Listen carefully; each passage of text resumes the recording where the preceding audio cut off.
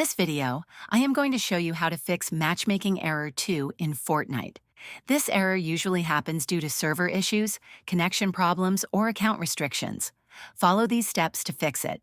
First, check if Fortnite servers are down by visiting Epic Games' status page or their official Twitter account. If the servers are experiencing issues, you'll need to wait until they are back online. Next, restart your game and device. Close Fortnite completely and restart your PC, console, or mobile device. This can refresh the connection and fix minor issues. If the error persists, check your internet connection. Use a wired Ethernet connection for a more stable connection, or restart your Wi-Fi router. You can also try switching to a different network or using a mobile hotspot. Another solution is to clear Fortnite's cache and simply restart your system to clear the cache.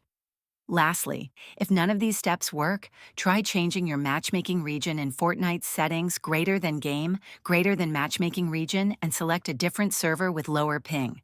This should help fix matchmaking error 2 in Fortnite. If this video helped you, please like and subscribe to the channel.